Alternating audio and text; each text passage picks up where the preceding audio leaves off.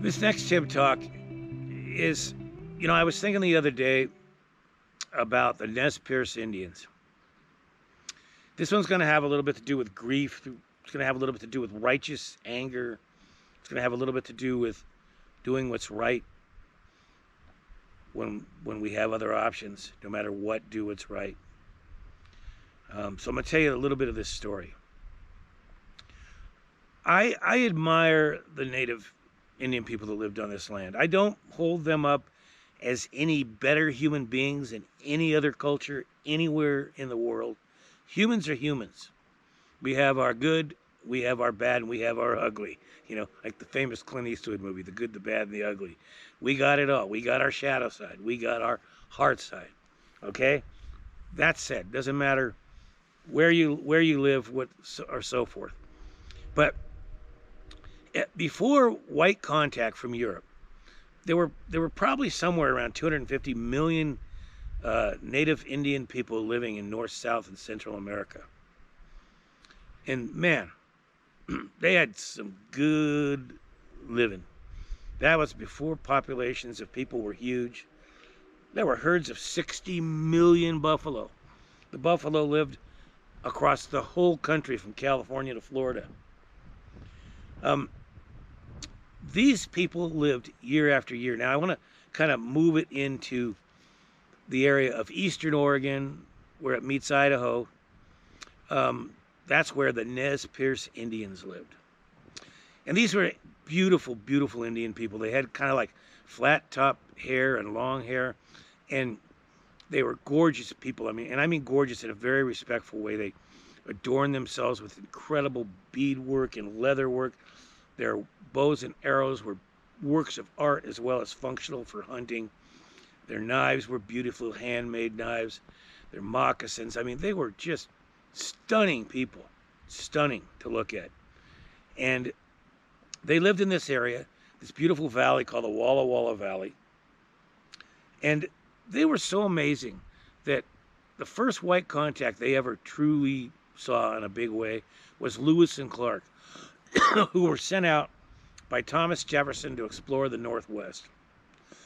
And when they met the Nez Perce Indians, they didn't try to kill them. They made friends with them, and they took care of them for the winter. They fed them and housed them so that they could continue on to the coast of Oregon. And on their way back to the east, they spent another winter with the Nez Perce. They took good care of them. Well, of course, Lewis and Clark discovered the amazingness of the American West, and settlers started coming out. And it wasn't hard to understand that the Nez Perce life was about to end as we knew it, or as they knew it. There were going to be people intruding on their land, on their territory, killing the animals that they needed for food, killing them, and so forth. Because you talk about prejudice and racism. Back in those days, most Americans hated Indians. It's so sad that there was so little interest in helping the wild people who lived on this land first continue to live here. We were so driven by control and greed and power that we were willing to literally wipe out an entire race of people to get what we wanted, thinking there would be no karma behind it, no price to pay. And we just moved forward. We barreled through. There was a few forward thinkers, but not nearly enough. So what happened with the Nez Perce is they finally settlers came in and lived in their valleys, and they tried to treat them well. But eventually there were some clashes, and the Nez Perce were run off their sacred land, and they made a run for Canada where they hoped they could survive. And the leader of the Nez Perce, Chief Joseph, some of you may have heard of him, a famous spiritual leader, was the one who led them on that journey. And he was captured and sent to a reservation in Oklahoma away from his home. And he died of sadness of the loss of the land. Now, I could talk about a lot of things around this, but I want to talk about the grief of the loss of home or space. Now, white people, I don't think, understand what Indians had in their homes. So let's take the Nez Perce, for instance. They lived in this Walla Walla Valley for, who knows, many thousands of years, before there was any white contact. There was thousands of people who got married in the mountains in the valley. There was thousands and thousands and thousands of great moments of hunts for food. There were battles with other natives, for sure, Indians, I'm sure. There were people who fell in love in the woods. There were people who had dreams in the woods and got their names in the woods and found their families in the woods. They made their home there. That land, that valley, was the Nez Perce. It wasn't that they owned the land, that they bought it and they owned it, and they had a piece of paper. The land was them, and they were the land. They had their stories on that land. They had their history on that land. The land became the witness. The trees, the plants, the animals, the mountains were the witnesses of what happened there. And that is so important to remember because the land was so personal. So when you hear something like Chief Joseph, who was captured and sent to Oklahoma, a place he had never been, a much different environment, died of the sadness of the loss of his land, it's not hard to understand at all. I've learned that here on this Headwaters land. I love it. I'm going to be here till my last day, and I'm sitting in the memorial garden now. I'm pretty sure I'm going to be buried right behind me.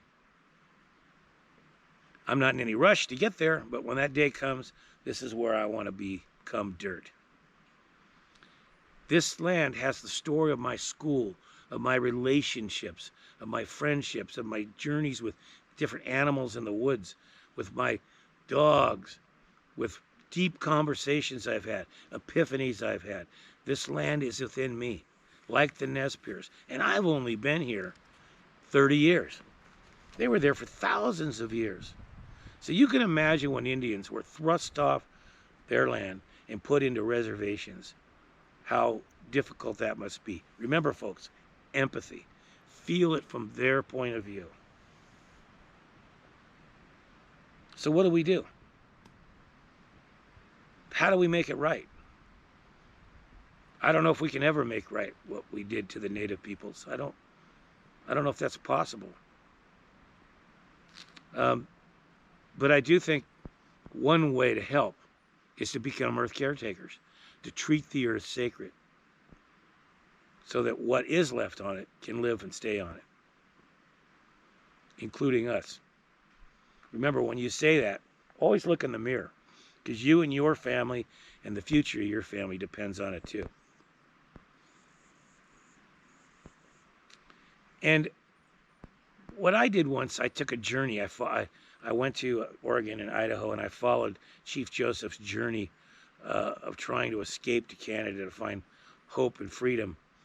And I followed their journey. That was something I did years ago. It was an amazing thing. And I just heard on the news somewhere that the Nez Perce have been able to buy back some of their land. They actually had to buy it back with their own money. It was stolen from them. But what the heck? Money's just energy. They got it back. So their tribe now, who knows what it'll be like in 1,000 years. Maybe it'll grow. Maybe they'll have their space back. I wish them the very best. My ancestors, the Irish people, we have our story about the land. I've been told that every single rock outcropping in Ireland is named, and there's a story behind it, and people pilgrimage there.